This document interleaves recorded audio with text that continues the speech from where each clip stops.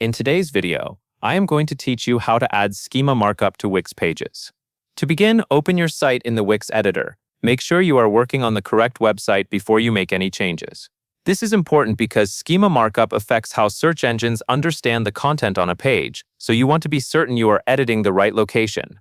Once you are inside the editor, go to the left sidebar and click Pages and Menu. This area lets you manage all of the pages on your Wix site. From here, find the specific page where you want to add your schema markup.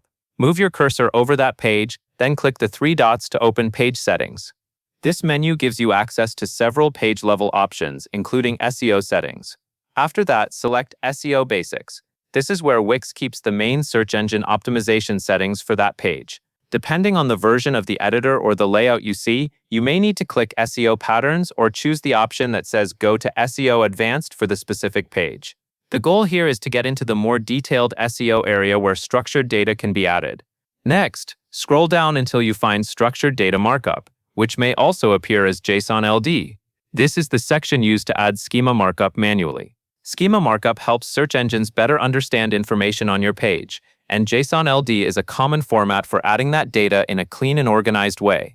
When you find that section, click Add Markup or the plus icon that says Add New Markup. This will open the area where you can insert your custom code. Carefully paste your JSON LD code into the field provided. Take a moment to review the code before saving it.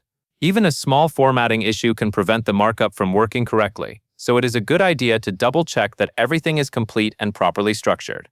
Once your code is in place, click Apply to save the markup to that page. Then publish your site so the update goes live. Publishing is the final step that makes the change visible to search engines and visitors. That is the full process for adding schema markup to a Wix page. If you follow these steps carefully, you can add structured data directly inside Wix without much trouble. That covers everything you need to know.